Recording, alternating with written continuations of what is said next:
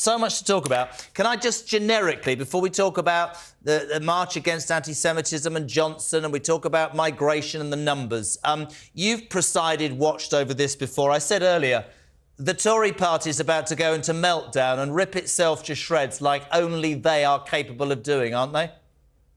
I think that's exactly right. And we're going to hear more and more from Suella Braverman over the next year as we lead up to the election about how Rishi Sunak reneged on everything that they discussed in order to get Rishi Sunak into power, which is clearly the suggestion which is being put around. It's a suggestion which I suspect a large proportion of Conservative MPs, particularly those on the right of the party, will think is without question accurate.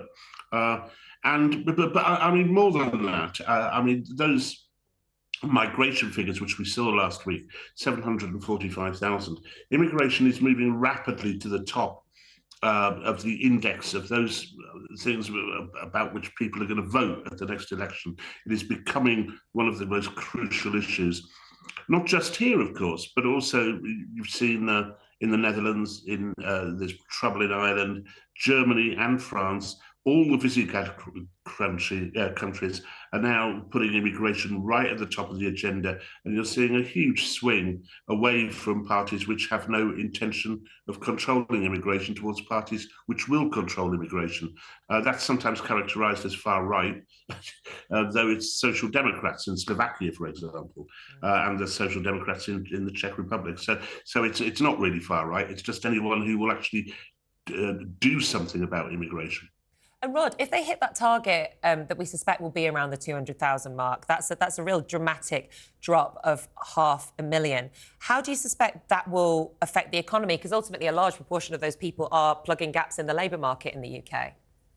Well, yeah, but it's a double problem, isn't it? Because one of the things which has plagued us for the last 15 years, perhaps 20 years, has been a low-wage economy, and it's certainly true up here in the northeast.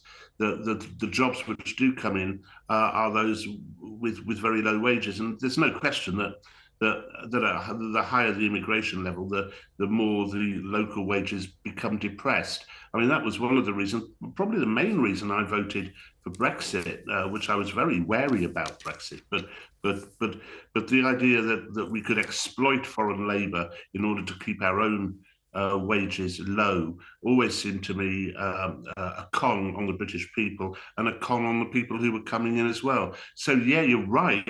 In the short term, there will be a problem in the labour market unless we start training British people up to do the jobs which the incomers have been doing.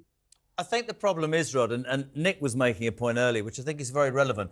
Whenever we talk about migration, people, there is legal migration, there is illegal migration. My comment, I mean, last week the Tory party said that they wanted to get back some of the work shy, and there are people who are work shy, and of course everybody then jumps up and down and goes, hold on a minute, everybody's, you know, no, there are there are people with mental illnesses, there are people who are disabled, but that is not the entirety of the people who are not working. And I always struggle with this, and you two will probably be better on this than I, but I always struggle with the fact that we've got vacancies and we need to have an immigration policy that encourages people to come over, and yet we've got people that we're paying to not do anything in the United Kingdom. To me, that's like running a business cack-handed. How does that make sense, man? Yeah, it's pretty bad, and indeed, while you're right that of course many people are disabled, some people do have mental illness. So we are the only country in Europe where the number of people leaving the workforce since the COVID pandemic has actually gone up. It seems to be that the people got used to the idea of furlough and the rather pleasant notion of being paid quite a lot of money to do absolutely nothing.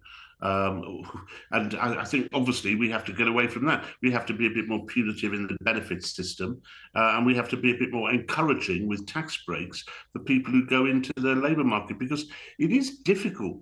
You know, if you are being given a terribly low wage for working 40 hours a week, why would you do it if you can be paid pretty much the same for doing nothing whatsoever? I mean, that just doesn't make sense unless you're someone who is committed to the notion of hard work. The problem is that we've used neither the carrot nor the stick. There aren't the tax breaks for those people who are working, and there isn't the punitive measures to stop people claiming benefits when they should be at work. Completely agree.